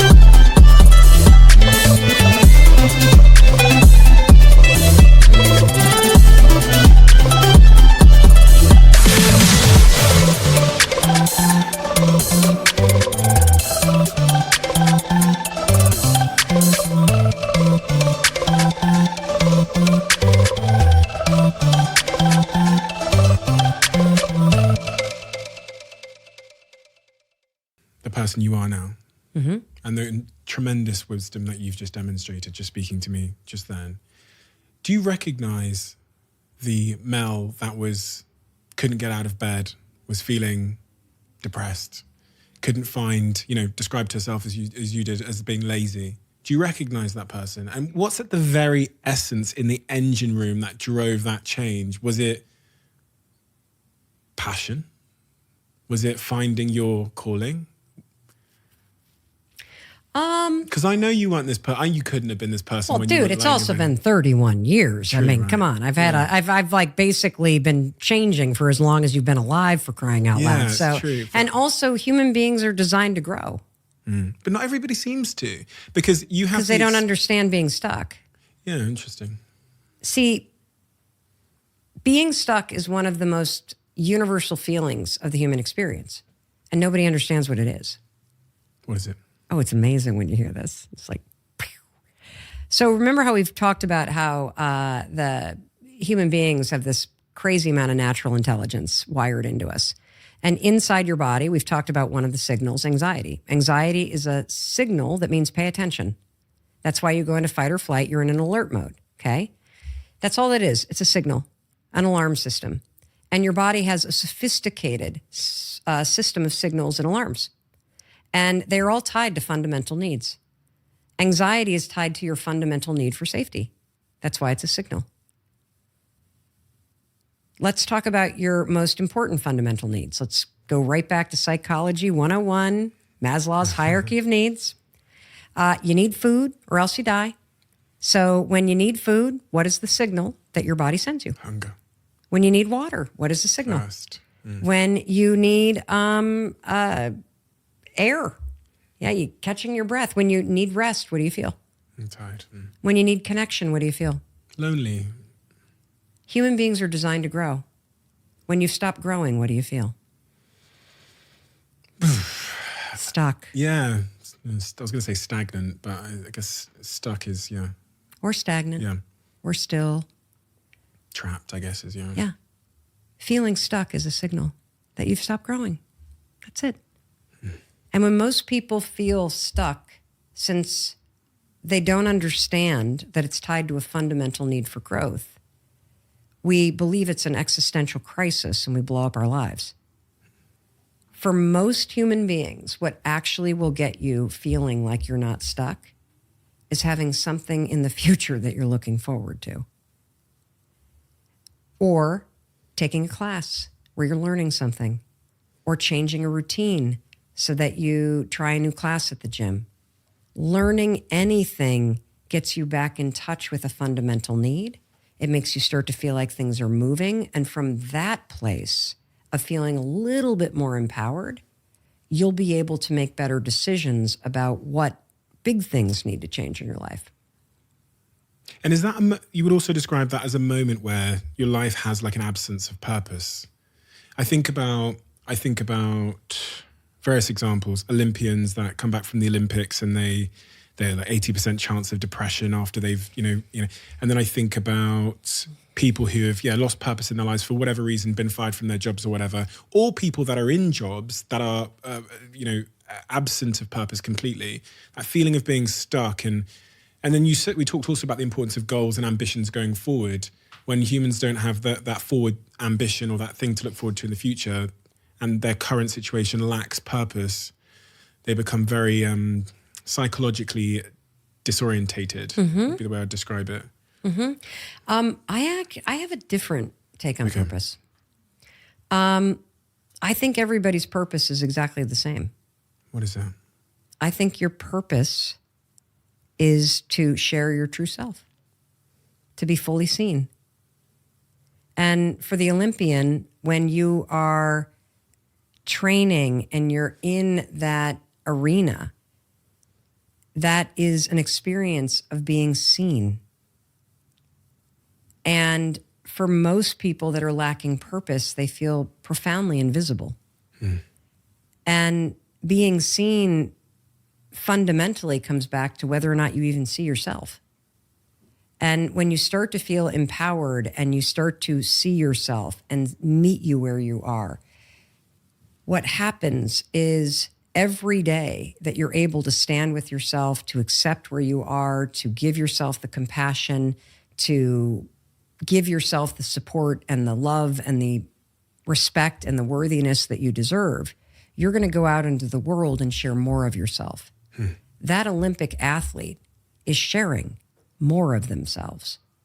And so I think our purpose in life is to come back home to ourselves, to reconnect with ourselves, and to empower ourselves to go back out into the world and share our stories and share our experiences and share our full selves with the rest of the world.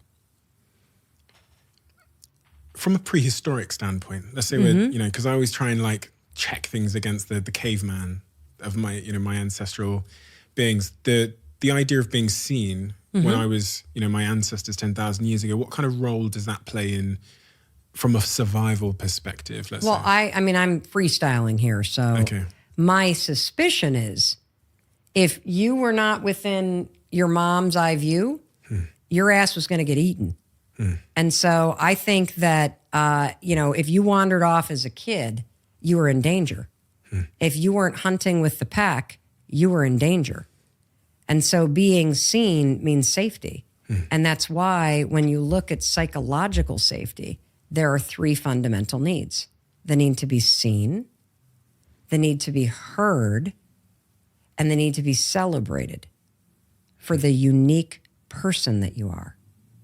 Those are your three fundamental emotional needs when it comes to feeling safe and whole as a human being. And most people's experience by the time they are done with childhood is they feel invisible, they feel like nobody gets them, and they feel completely disconnected and unloved or not celebrated. Makes a ton of sense. Yeah. So I did okay on that answer? Yeah, no, it's a really, really remarkable reframing. We have a new tradition on the Diary of a CEO, which is in the diary, the famous Diary of a CEO, the previous guest always writes a question for the next guest that's coming, and they don't know who they are. Okay. And these guests, they're so diverse, it's always so fascinating, and they never know who they're writing it for, which is also interesting. The previous guest wrote, what is the one regret you have, if you have any at all?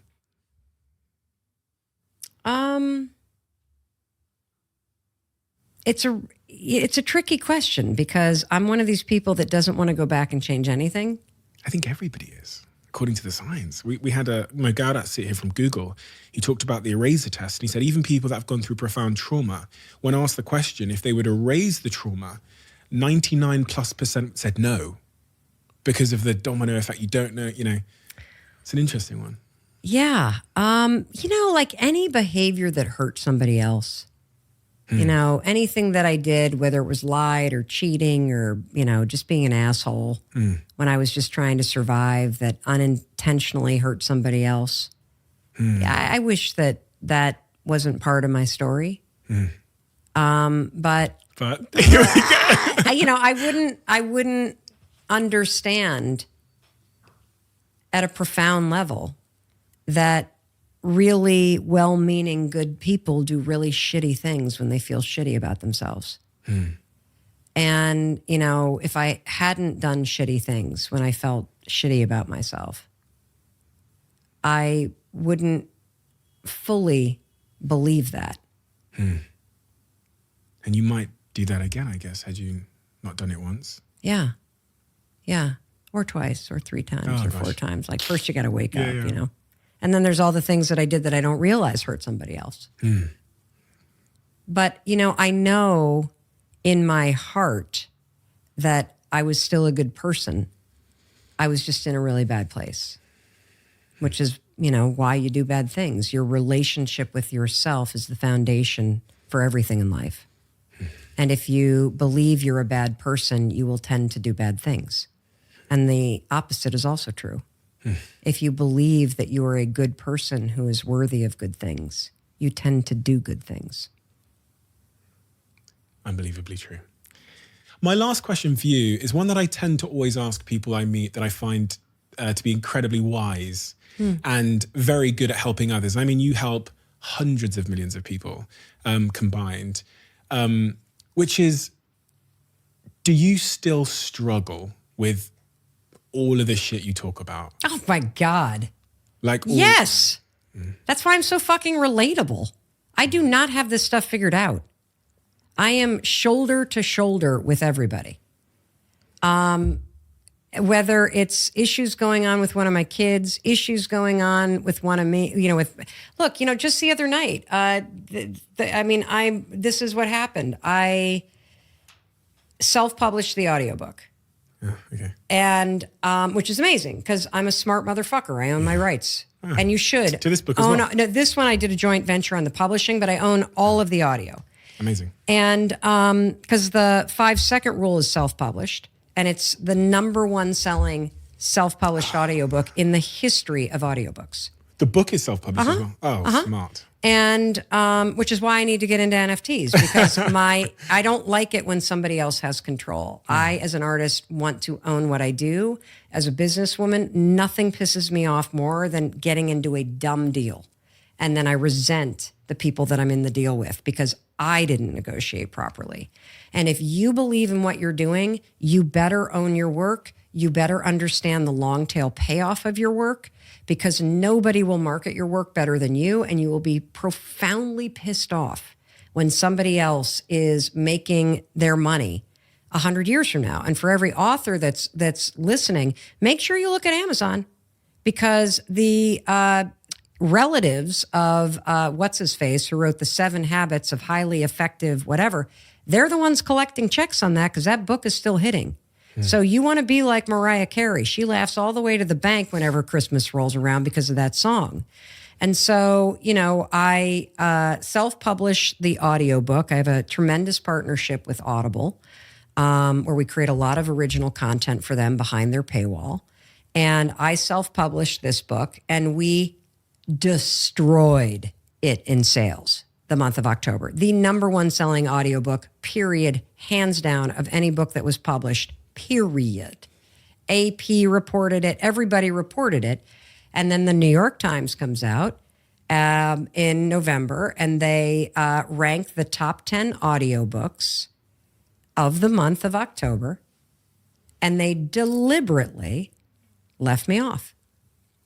And when that happened, I punched the wall. I drank a gin martini. I lit up a joint. I called a couple friends and bitched. And I immediately got triggered because I went right back to the experience of being a ninth grader on the tennis team and having the seniors throw a party, and I was the only ninth grader who wasn't involved. And so it triggered a very old pattern that I thought I had fucking gotten rid of, which is I'm an outsider. Nobody likes me.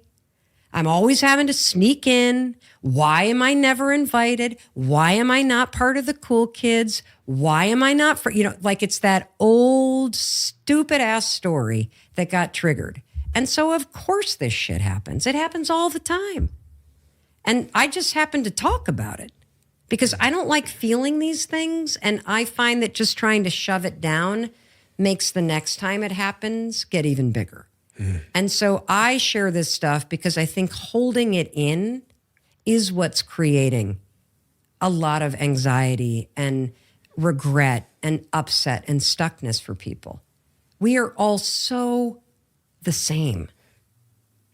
And the more that, I kind of share the ups and downs, I think the more people listen to the things that are working and try them out and tweak them for their own life. And look, if I can save anybody the heartache and the headaches I caused myself, that's a life well lived. If I can laugh at myself along the way, if I can punch a wall and drink a gin martini and then share with you like, okay, this, and then get out. Because how I got out of that, because I could have been in that cycle, the old Mel would have been there for a month. Everybody's out to get me. I never get recognized. Why even bother? It doesn't matter. And it allows me to share in real time that I feel all the shit, but I don't like to stay there. And this is not toxic positivity. It is important when you're disappointed to allow yourself to feel disappointed. It is important when you lose something to give yourself the grace to grieve for as long as you need to. It is important to have a good cry, to have a good scream, it's important to feel the highs and the lows. You're meant to feel it all. But you can shorten the length of time you stay down. And what always helps me, it's something that, I developed when the 5-second rule launch was coming off the rails, is I just kept saying what I've said a couple times during this. I say to myself, I refuse to believe that if I'm a good person and that if I'm working hard, I refuse to believe that this doesn't work out. I refuse to believe that I'm not going to be okay. Like, I know that this moment's going to pass, and I know that I will look back on this moment 5 years from now, and I'll see exactly what I was meant to learn. And what I was meant to learn, I already know, is that I have got to once and for all stop looking for validation in old institutions. If I truly want to be an artist on my own terms, don't even pay attention to that shit, because it doesn't matter in the world that we're living in now. It doesn't matter if you really want to make impact, because the person that's struggling is the person that you want to reach, not the person that's deciding who gets on some stupid list that's printed in a paper. And redirecting your focus to what actually matters. And the fact that you believe in your heart, that you got the mindset, you got the work ethic, you got the ability to figure this shit out and to keep going. And that eventually, if you do, what's meant for you is going to find you. You will be rewarded for all this in the way that you're meant to be rewarded. That's amazing. It's an amazing feeling because you can pick yourself up no matter what happens. Well, thank God you do share it because, you're a very special human being, and there's very few in the world that have the genius of the skill stack, the way it's kind of how I see it, that you have, where they're able to go through things in life, analyze them, understand them from a psychological, a scientific perspective, from a sort of intrinsic internal perspective, and then be a masterful orator in sharing that in a relatable, honest way that helps others to change their lives and find the peace they're looking for, find the outcomes they're searching for. There's very few that can do that with such genius. So that's a beautiful compliment, and thank you for saying that. I really appreciate it, and I can hear it. For the first time in my life, I can hear it. And you've also given me this like extraordinary insight that I just got.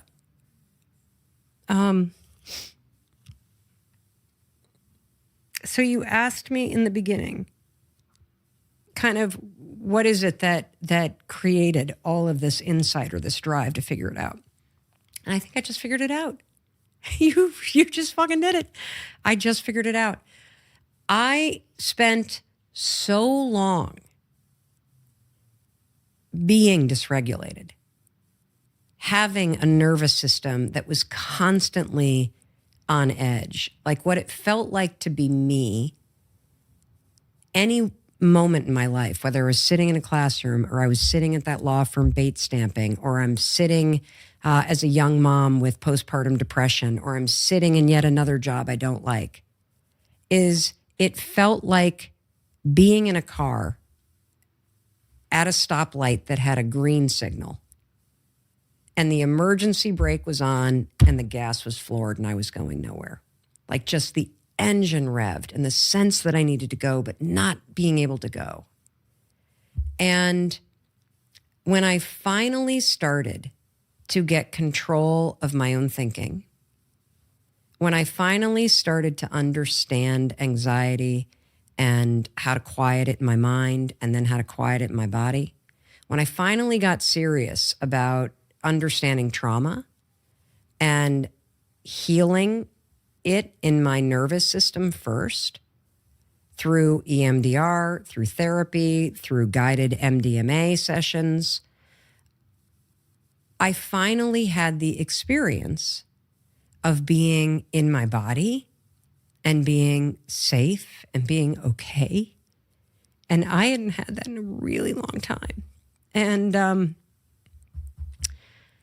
I'm so aware of when I'm not in my body now. I'm so aware of when my nervous system starts to go on edge that my tolerance for staying there is zero, because I lived for far too long feeling on edge, anxious, dysregulated, self-loathing.